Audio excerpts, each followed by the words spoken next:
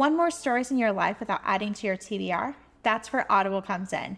I use it for the original novellas, the Plus catalog like Deanna Rayburn's Veronica Speedwell series, and those audiobook sales that you can beat. Right now, Audible has a special offer for new and returning members. Click the link in the show notes to see what deal you'll get and start listening today. Hi, Rosie. Welcome to Retro Next podcast. Thank you. So nice to meet you. So nice to meet you too. Tell us a little bit about yourself. Well, my name is Rosie Storey. I live in London, and my debut novel, Dandelion Is Dead, is coming out in the US in January. Okay, so we're going to talk about your debut, talk about life in London, and talk to us about your writing journey, because this was not the first this is not the first rodeo that you have encountered. Yes. Yeah. I hope that if anyone's listening who is struggling with writing, then I can give them some hope, because this was a very long journey and I have managed to remain persistent somehow and finally pulled it off, and my book will be coming out, which I didn't think would necessarily ever happen. Yeah. So talk to us about the journey. Right. Yeah, I've always loved writing. And even as a child, I was writing stories. But I never thought that it would be something that I did professionally. It was always kind of on the side, and I always kept it separate and secret, in a way, even from myself. After uni, I started a corporate career. I went to go and work in the world of tech. And I would go and take myself off to writing classes, kind of after work. And I was always writing something, but I didn't really consciously think about pursuing it. I mean, I just thought it would never work out as a profession. And then around over a decade ago, I started writing my first novel, and I was writing that for years. And I had some good feedback on that. And I thought, right, I'm going to give this everything, actually. I'm going to try and be a novelist. And I quit my job and I dedicated full time to writing that novel. And it just all came, it didn't work out. Spoiler. Yeah. That fell flat on its face. And I went crawling back to work, and I just thought, okay, I tried to pursue my dream. I failed miserably, but I just couldn't stop writing. So I started writing Dandelion Is Dead in 2020 in the evenings after work. Then I just pursued that. So it's sort of technically my second book. Yeah. But, it's the first one that will ever see the light of day, really. And then I got a book deal last summer. That's amazing. And I love the fact that you were able to walk through that this is not a linear process. This is not like I did this. I think a lot of times we realize that we may take some steps that may build some momentum, but then sometimes it just goes to a halt, and then we have to go back, pivot, and then go back. And it's not this straightforward process. It's not straightforward. And what I kind of love about it now is there were so many knockbacks along the way. I mean, with Dandelion Is Dead, this novel as well, I was probably rejected from about 10 agents. I was blanked by probably another 10 agents. So it wasn't smooth sailing with this novel either. But now I'm in a position where I look back and I see those rejections as stepping stones. That each one, they sort of needed to be there. Yeah. Partly so I would improve, but partly so I would meet the right people. And at the time, it just felt like the end. And luckily, I managed to kind of get up and brush myself off and continue, because it wasn't the end. It was just part of the journey.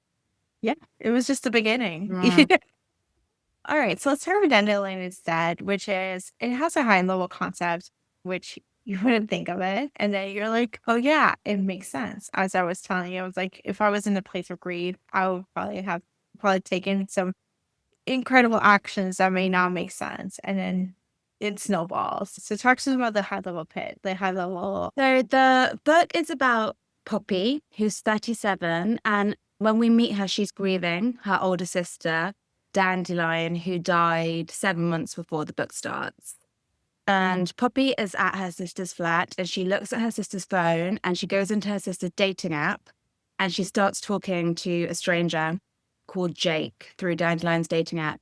And then she meets him, and then it sort of spirals into a web of lies. Yes, and it just takes you to a journey of overcoming grief, overcoming just, in a sense, in your late 30s is very different than making sense in your 20s and feeling your life is like, what am I doing with my life? And those midlife questions that you have. Yeah. I mean, they're intrinsic to what I write. That's the age that I was when I was writing that. And I'm sort of now writing my second book, and it will be a similar thing. I mean, I think as we approach middle age, Yeah. there's such a pressure of what life is meant to look like. And if it doesn't look like that, you can feel terrible about yourself. So, in Yeah. so many ways, my novel is really, I think the main theme actually is personal authenticity Yeah. and finding that journey of finding out who we are. Yeah. I really appreciate your novel. Yes, because it dealt with like a similar age to my bar, but it's also this parallels thing. Because when I was reading, and you just reread this book, which is Bridget Jones's Diary, that came out 20 something years ago. Mhm. I were reading that in my 20s and be like, I want to be a London girl. And there was like a whole resurgence of British chick lit. And Mhm. so it's nice to see like the grown up version of it in that era of we're not in our 20s, we're in our 30s or 40s, we're trying to figure out make sense, but we still have this messy life that Yeah. we're not perfect. No. And that's something I'm also really passionate about is that everyone's life is messy. Yeah, All lives are messy. It doesn't matter if you haven't got married or you don't have children or you do have children. You can't keep life neat and tidy. yeah, yeah. So this is not neat and tidy. So for listeners, Dandelion Is Dead is available this week when it publishes this episode. You can borrow it from the library, you can purchase, you can pre-order, you can get the book. I think it's a really I think it'll make a really good book club book for people who are looking to have conversations because it does bring some good discussion with it. Yeah. Well, I say the sort of the subheading is it's a story about life, and it does cover off a lot of Yeah. life's moments. There's love and grief and lust and societal expectations and all the things. So I think there's a few things to chat about. Yes, it is a good one. It's a good discussion book. All right, so let's talk some book recommendations. You Mhm. have some really good ones to talk about. You got some Miranda July. You got a book for 1985. So talk to us your book recommendations. So the first one is A First Bad Man by Miranda July. And I just finished my reread of that. So I think that came out 10 years ago. And I found it on my bookshelf. And I thought, oh, I'm going to have another look at this because so many of us loved All Fours. And this, I think this was maybe her first novel or her second, but it's just such a wild ride. I mean, it's for people, if you didn't All Fours, it wouldn't be for you because Yeah, it's less commercial, it's more niche. It's just a yeah, wild ride. It's about a woman called Cheryl who lives quite a lonely life until a much younger woman moves into her apartment. And then a very bizarre series of events unfold.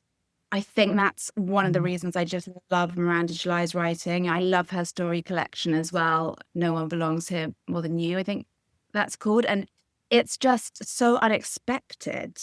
And yeah, when I read her writing, I feel like I'm watching her dance. There's such a kind of fluency to it. On a sentence level, I think she's a literary genius. yeah. And she always keeps the reader kind of guessing and off balance about what the hell's going to happen next. And I just loved it.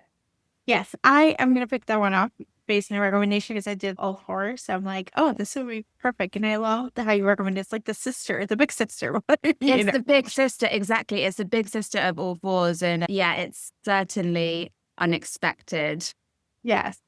So we might as well go for the ride. This is what we read for. We just want to be surprised in an unexpected way. Yeah. And I think with Miranda July, I don't even mind about her plots so much. I'm just there to sort of see what she's going to do. I'm just having Yeah. fun hanging Yeah. out with her. Yeah. I love that. All right. Talk to us about your next recommendation, which is an older collection of stories. Yeah. So this one is by Laurie Moore, who is a writer that I really greatly admire. This, I think it was her first collection of stories, and it's from 1985. And I do love short story collections because if you're just not in the mood and you can to commit to a novel or you're sort of on your way somewhere and you have 10 or 15 minutes, you could just dip in and out. And so this one is called Self Help. And I think my favorite of the stories is maybe How to Become a Writer or How to Be the Other Woman. And they aren't self-help stories, but that's kind of like the theme that she's clustering around. But like July, I don't know, have you read any Laurie Moore? No, I have not. That's what I you must. She's really funny and yeah. she's so clever and she's so skilled.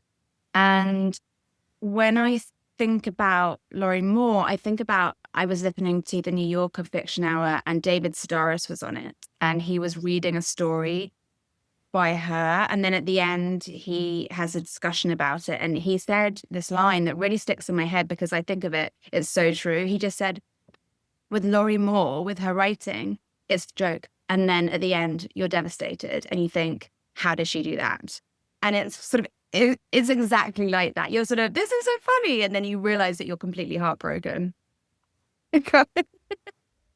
You're selling me this book. I'm like, yeah, because I think sometimes jokes and laughter and funny things can bring the realities of devastation. And like we look at the world in a very different space. And a place for humor, it actually allows you to go deeper and to actually tap into the feelings that are in that range of motion. I completely agree. Yeah. Yeah.